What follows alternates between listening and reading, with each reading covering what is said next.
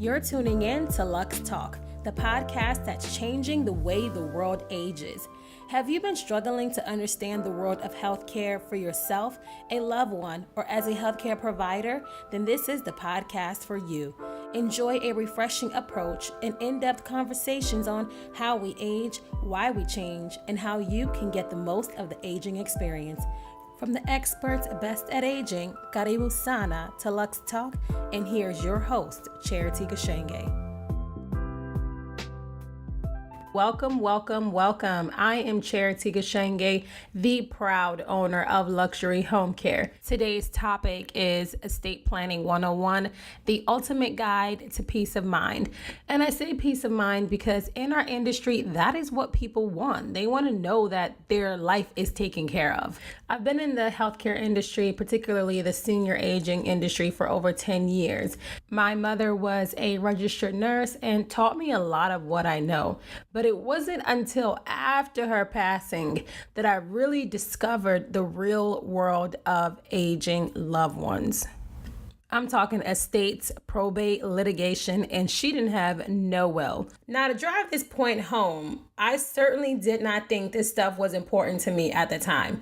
I was 23, living my best life in the District of Columbia, and my mother had asked me to meet with her to have an important conversation that, of course, I postponed because I was prepping for a pageant and a week wouldn't hurt, right? I lost the pageant and we never had that conversation because my mother passed away 7 days later. So here I am, 24 years old. My sweet mama done dipped out on me and I have all of this adulting to do. I lost a small fortune from these avoidable mistakes. And the crazy thing about adulting is that you are a better adult after you've made the mistakes and learned from them. But as the good old phrase goes, knowledge is power, and I'm going to make sure that you are equipped with the power that you need to make the best decisions for your life as you age. Now, before we get started, this is a really important step that I want you to, after you hear what I'm about to say, pause the recording and do this. Open up an email browser and type hello@luxuryhomecaremd.com. That's again, hello@luxuryhomecaremd.com, and in the subject area type Estate Planning Guide 101. This is where I want you to type your questions as we continue, and at the end of this video I will answer your questions in either a podcast or written form, and for those of you who are more detailed, I will respond back directly. We are going to cover a few topics in this episode. Most importantly, the documents to file, an advance directive, naming a healthcare proxy, and filing a will. In addition, I am going to help you understand what are the best investments when it comes to whole life insurance, term life insurance, and my favorite, honey, secret insurances. In fact, that is where I spend all of my coin. Stick around to the very end and you will be able to do the same. And none of this matters if you cannot protect your assets through a will, a trust, and credit unions. Now, you guys, this is a great time for you to get a notepad, get a pen for notes, and make sure you put those questions in the email browser. If you didn't do that again, this is a great time to pause and do that so you can ask specific questions that are going to be a blessing to you when answered. To make matters even better, because what is life without extra spice? I'm going to give you a bonus topic on reverse mortgage loans.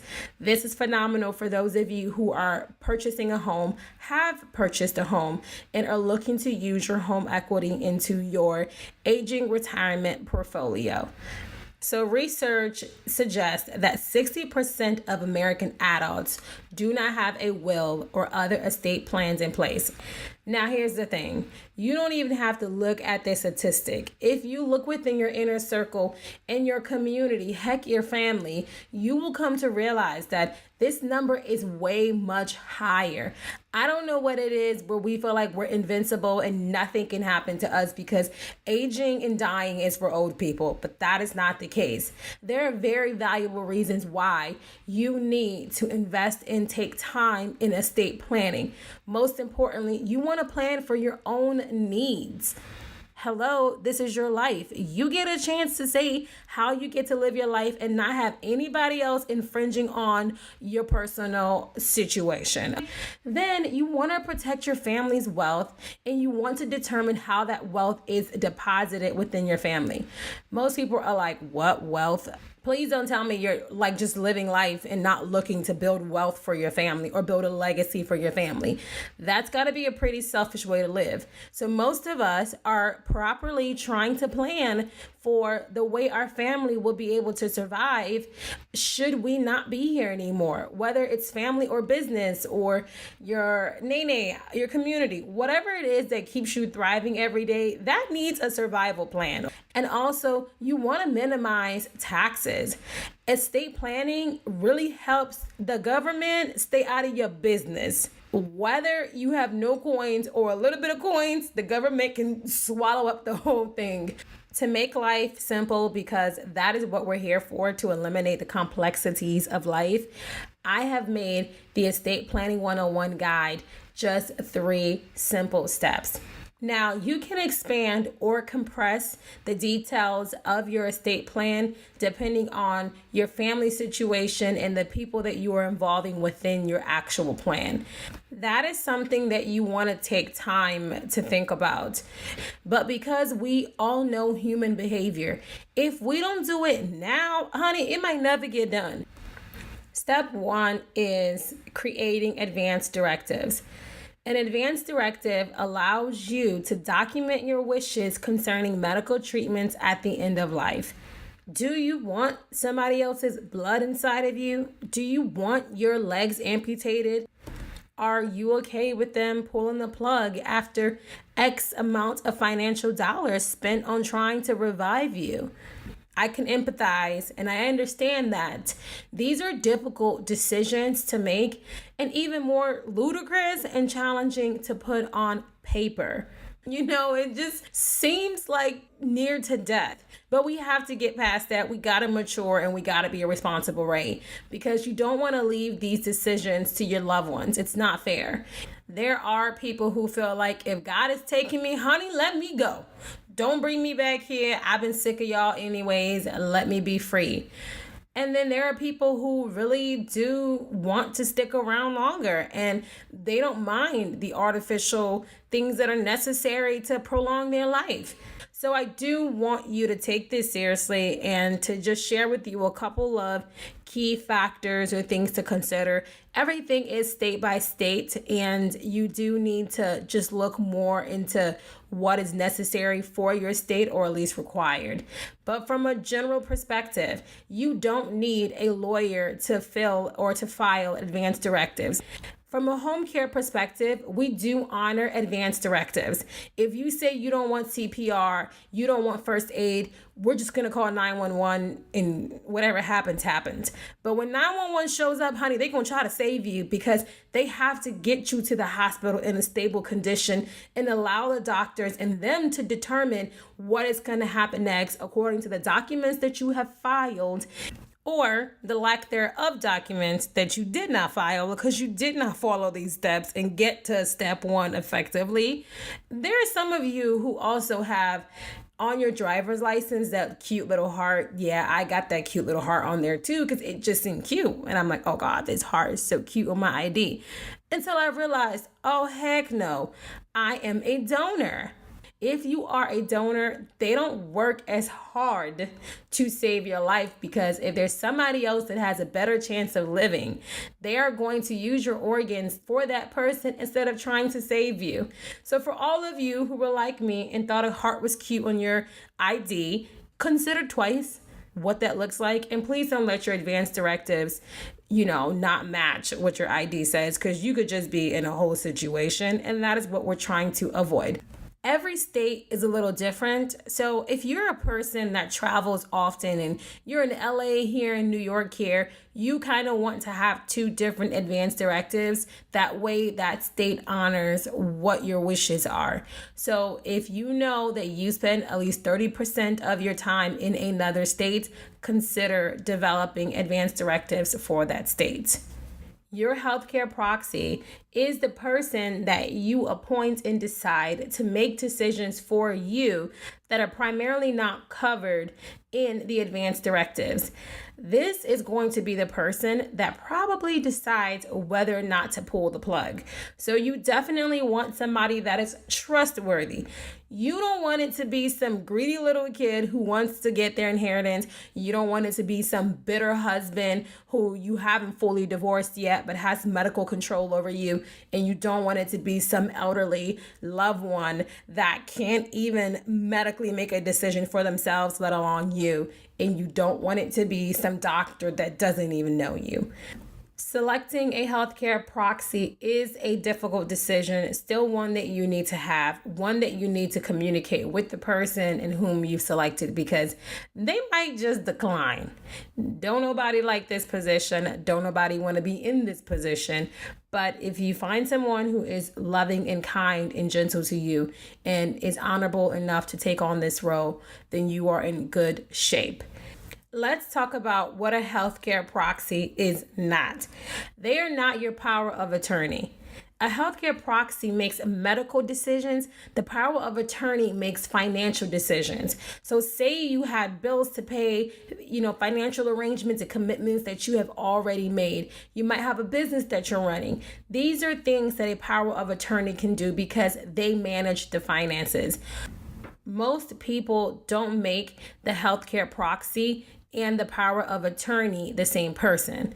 If you are lucky to have trustworthy people like that in your life, then boom, bang, pow, you are in good position. But also don't make it somebody where the two of them are going to conflict, because that is challenging as well. I mean, God forbid you're sitting there, about to die and you have people fighting. That's a real horror story. Actually, a freaking horror story. Heck, one that I went through myself. So really be gentle about the people that you pick and pick responsible people that can be sensible. Now let's get to step 3, the will. Yes, okay. At this point, you're dead. Sorry. The main purpose of a will is to ensure that your wishes and not the default laws of your state will be followed upon your untimely death. Having a will is super important for people that have children. You might not want your children to go to your crazy baby daddy.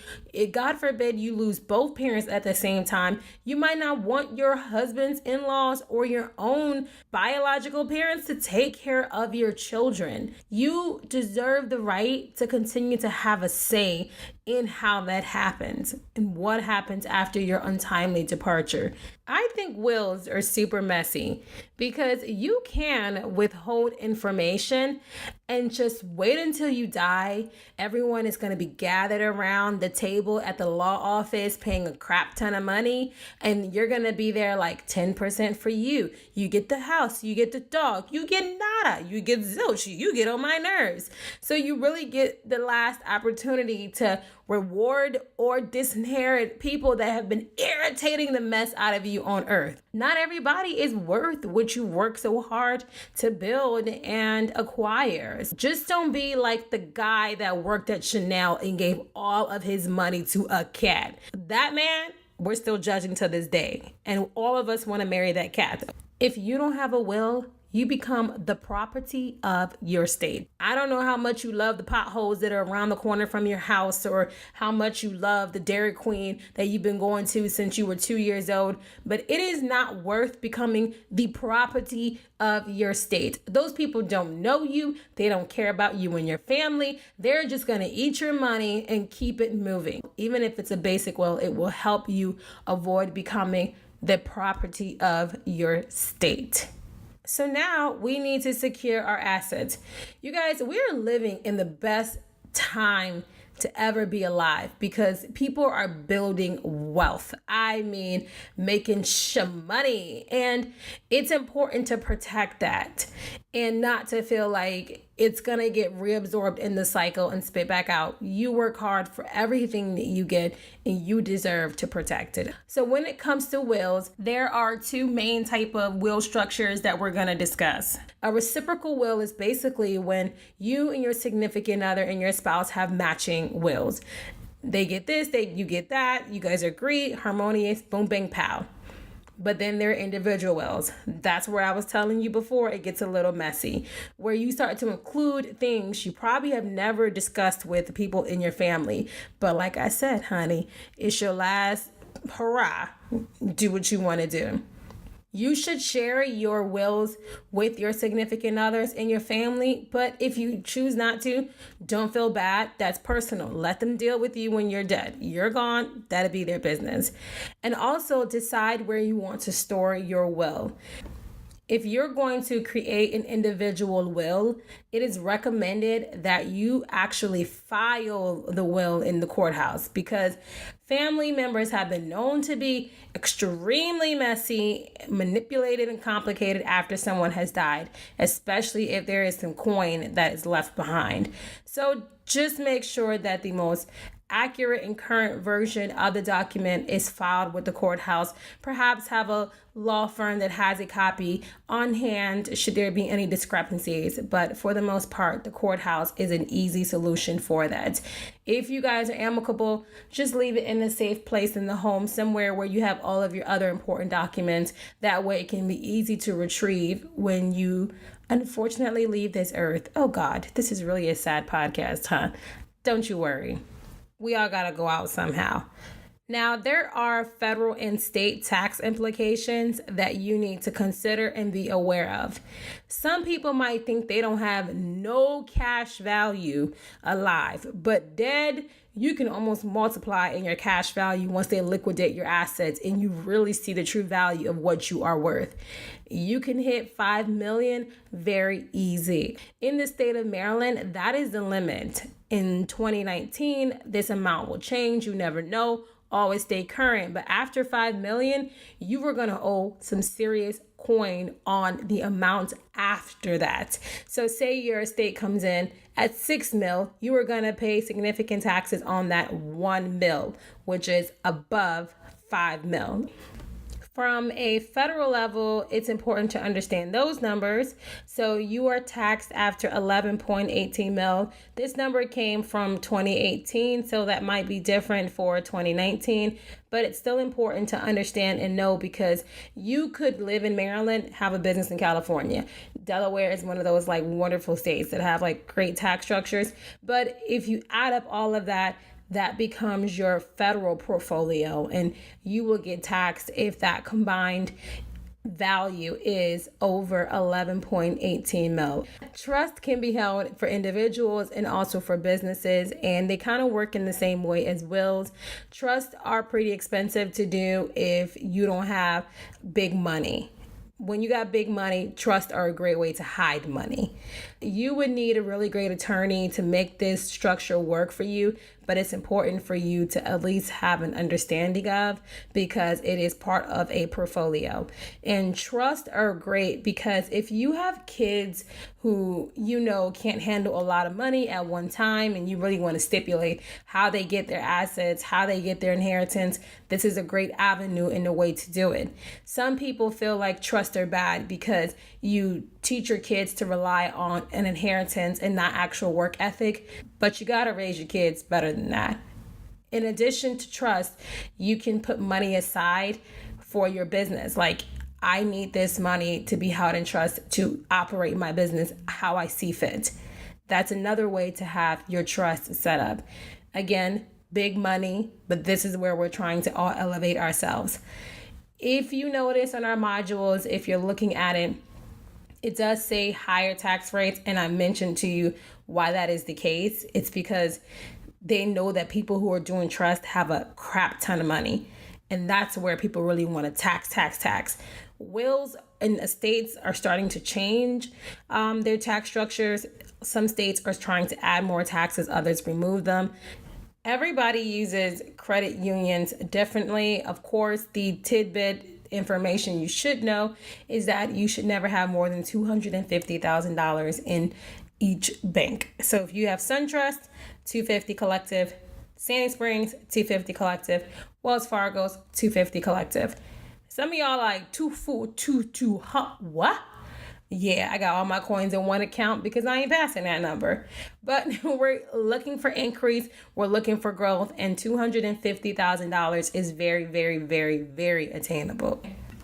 To give you the best understanding of how credit unions work, I'm going to use a scenario. Me and Idris are on joint accounts. Idris passes, he leaves me his accounts. I'm sure they stacked and they're popping right now. I basically inherit all the money in that account because we are joint on the account. What you want to take into consideration is that while joint accounts are not really contested and go through estates or probates, if somebody can prove that you never put money in that account and that money doesn't belong to you, then they will try you in court. Just be cautious of that. If that's the kind of scenario that you're having, put money in there, take money out, kind of show that you're an active participant in the account so that there's nothing to dispute. There is also ways for you to have a beneficiary of your account. So when the person passes, you just write down who you want the account to go to, and that money will just transfer over to the other person. I experienced the luxury of having a joint account that I completely forgot about with my mother. When I was 15, she was a co-signer on my first bank account ever. So when I was just perusing to some of the banks, I went to this particular bank and they said, you have an account with us and it's got X amount of money in it. And I was like, shalom, hallelujah. Like, thank you, Ma, for leaving your girl with a couple of coins. Life insurance is such an important part and very essential to your wealth portfolio. Life insurance is about legacy. It's about protection. It's about peace of mind. If you have gotten a will, did advance directives, and named a healthcare proxy, you need life insurance. Your life is worth something, and you can determine the value of that before you pass away. And if there's anything you do for your loved ones, no matter if they like you or not, you done did them wrong, is to leave them something when you go. Dying is not free. Dying is not cheap. You need to be responsible of your entire life, and that includes the end of life. The statistics are alarming. Millennials are not investing in life insurance. That is ludicrous. We're buying homes, we've got cars, our cars got full coverage, and we don't have full coverage over our lives. I understand that life insurance doesn't seem important because you don't get to enjoy it while you're living. Psych, that's the misconception. Stick around because I am going to show you the best life insurance on the market. I have it, I've benefited from it, and it is phenomenal because it has living benefits. I certainly sleep well with the peace of mind of knowing that if anything were to happen to me, that I have a safety blanket. I have a place that I can pull money from and use for my well-being. There are many different types of life insurances on the market, but the most common are whole life insurance and term life insurance. The words describe the insurance. Whole life insurance means you pay for it and you can use it for your entire life.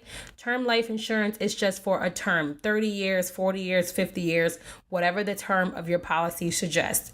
Secret insurances is what I just want to jump to because it's the most important thing. There are ways to use life insurance, not really for just death benefits or beneficiaries. If you own a home and you have a significant other, you want a policy that will cover paying off the house. So your significant other that is surviving can live comfortably and not be worried about the supplement of income necessary to stay in the home.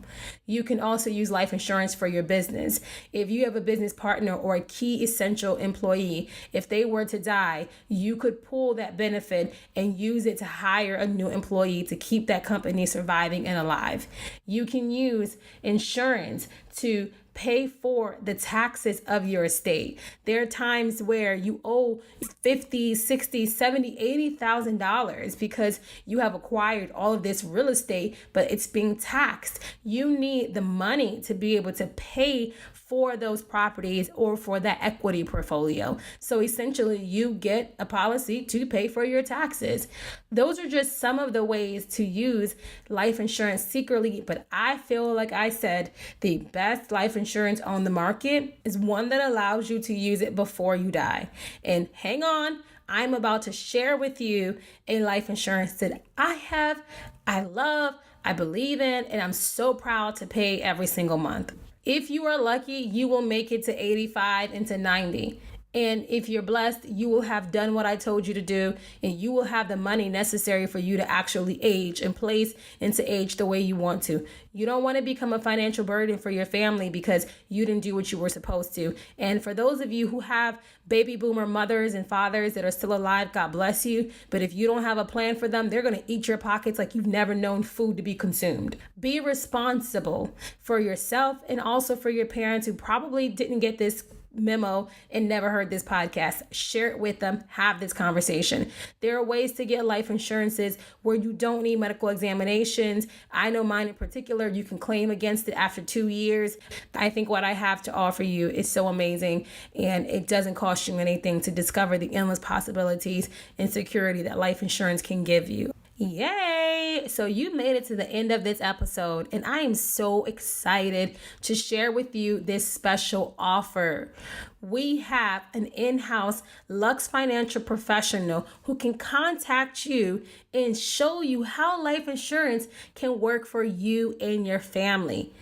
You don't have to pay anything for this conversation. You just get to learn. And when you are ready, you can make the investment. This is the company that I have my $500,000 policy with.